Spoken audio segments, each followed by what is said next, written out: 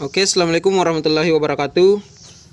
Pada kesempatan ini kita ingin belajar sejarah Indonesia dengan materi kolonialisme dan imperialisme.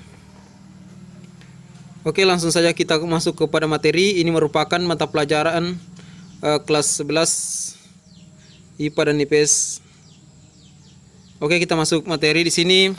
Sebelum kita melangkah, kita dulu ketahui apa yang dimaksud dengan kolonialisme dan imperialisme. Kolonialisme adalah pengembangan kekuasaan sebuah negara atas wilayah dan manusia di luar batas negara. Maksudnya di sini adalah Belanda yang disebut dengan kolonialisme yang ingin merebut kekuasaan di Indonesia. Kemudian yang kedua, imperialisme.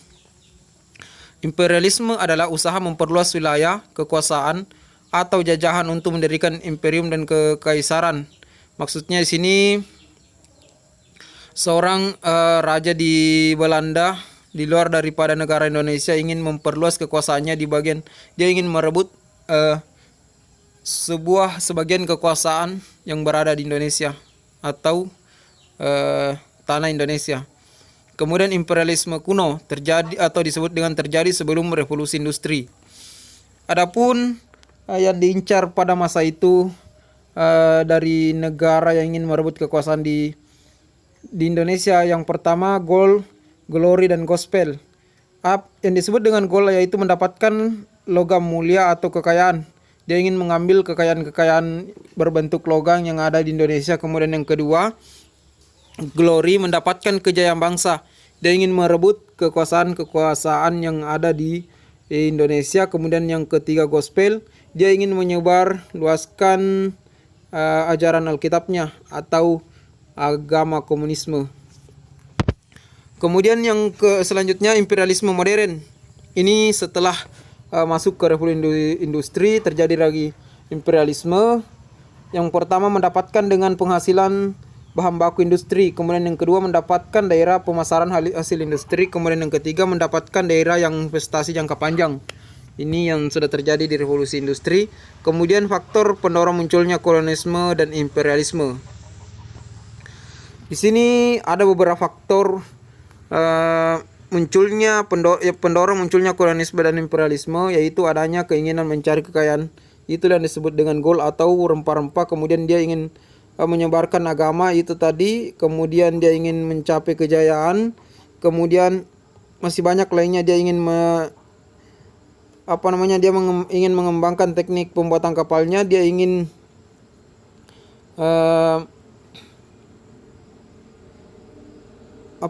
dia ingin ditemukannya mesin untuk persenjataan. Kemudian tujuan kolonialisme yaitu memperbanyak sumber daya alam negara tersebut.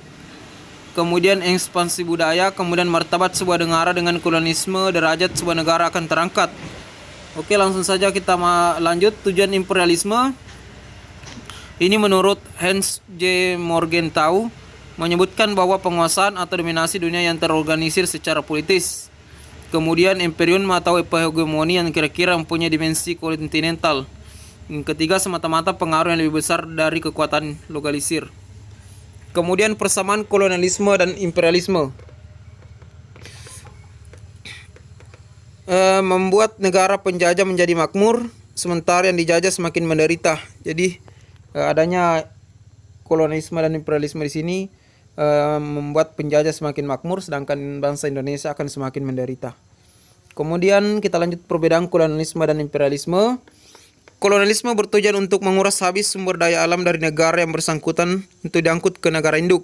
Dia ingin mengambil semua sumber daya alam Indonesia kemudian dibawa ke negaranya. Kemudian untuk imperialisme bertujuan untuk menenangkan pengaruh dan sebuah bidang kehidupan negara yang bersangkutan.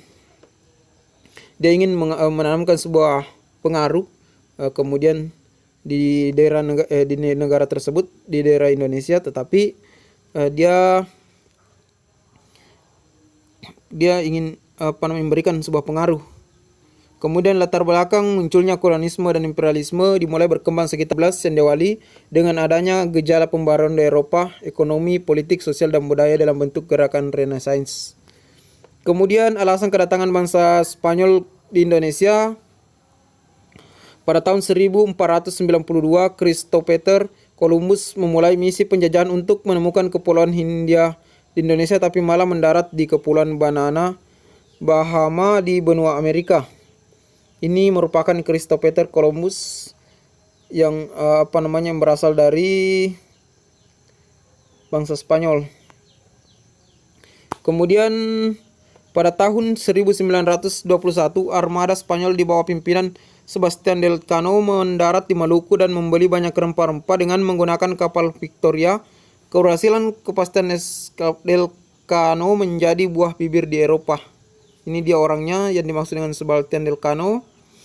Kemudian ini adalah bentuk petanya dari Spanyol masuk ke daerah Maluku. Perjalanannya contoh dapat dilihat dari peta perjalanannya. Kemudian kedatangan bangsa Portugis di Indonesia. Adapun alasan kedatangan bangsa Portugis di Indonesia yaitu pelayaran pertama dipimpin oleh hanya sampai ke Tanjung Harapan dipimpin oleh Bartolomeus Dias. Pelayaran selanjutnya dipimpin oleh Vasco da Gama yang mendarat di Calicut, India tahun 1498. Dari India, Portugis mengirim misi ekspedisi pelayaran ke timur tahun 1510 yang dipimpin oleh Alfonso de Albuquerque. Ini dia orangnya yang dimaksud dengan Vasco da Gama tadi. Kemudian Alfonso de Albuquerque, ini dia orangnya. Kemudian kita masuk Portugis menyerang Malaka tahun 1511 dipimpin oleh Alfonso de Albuquerque dan berhasil menguasainya. Kemudian Portugis melanjutkan misi ke timur di bawah pimpinan Francisco Serro dan sampai ke Ternate, Maluku tahun 1512. Setelah menguasai Malaka dan Maluku, Portugis melanjutkan visinya untuk menguasai Sumatera yang kaya lada namun digagalkan oleh kerajaan Aceh. Kemudian kita masuk kedatangan bangsa Belanda di Indonesia. Berdasarkan jurnal yang berjudul Itinerario Night of the Portugals India, catatan perjalanan ke timur atau Hindia Portugis karya Hugen van Sleuten, Belanda mulai melakukan pelayaran tahun 1595. Pelayaran tersebut dipimpin oleh Cornelis dan Houtman mendarat di Banten bulan Juni 1596. Ini dia yang dimaksud dengan Cornelis de Houtman. Ini peta perjalanannya menuju ke Indonesia. Kemudian Belanda terus bergerak ke timur menuju Kepulauan Maluku dan membeli banyak rempah-rempah. Akhirnya keberhasilan ini yang mendorong para pedagang Belanda berdatangan ke Indonesia. Kemudian kita masuk kedatangan bangsa Inggris ke Indonesia, yaitu pada tahun 1600 Ratu Elizabeth dari Inggris merintis pelayaran dagang ke timur. Kemudian Ratu memberi hak kepada DS India Company maskapai India Timur untuk berlayar ke timur dipimpin oleh Sir James Lancaster. Tahun 1602 Inggris tiba di Aceh dan melanjutkan perjalanan ke Banten dan berhasil mendirikan kantor dagang. Kemudian kita masuk pelayaran selanjutnya di bawah pimpinan oleh Sir Henry Middleton tahun 1604 dan berhasil mendarat ke Ternate, Tidore, Ambon dan Banda Maluku.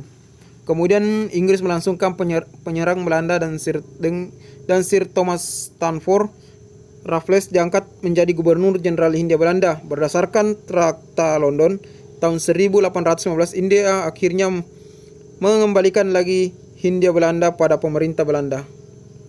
Ini dia yang dimaksud dengan Sir James Lancaster orangnya.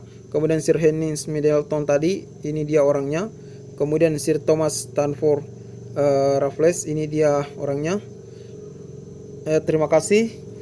Semoga video ini bermanfaat untuk pembelajaran sejarah Indonesia kelas 11 imperialisme dan kolonialisme di Indonesia. Terima kasih.